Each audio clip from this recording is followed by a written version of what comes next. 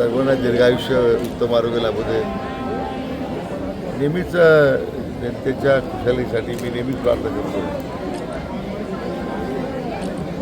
आणि आपल्या देशाचे लाडके पंतप्रधान विश्वनेता आदरणीय नरेंद्र मोदीजी आणि आपले देशाचे गृहमंत्री अमित भाई आणि सर्व भारतीय जनता पक्षाचे नेते आहेत.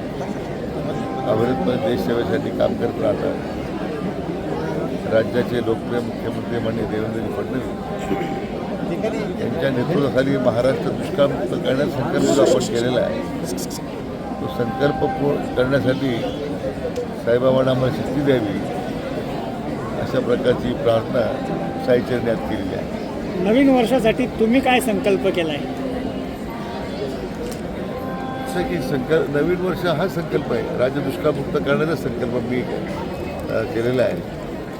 आणि त्यानिमित्तानं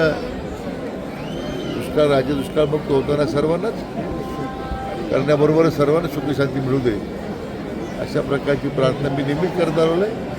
नवीन वर्षसुद्धा सर्वांना सुखाचं समाधानाचं जावं अशा प्रकारची प्रार्थना बाबाचरणी करतो.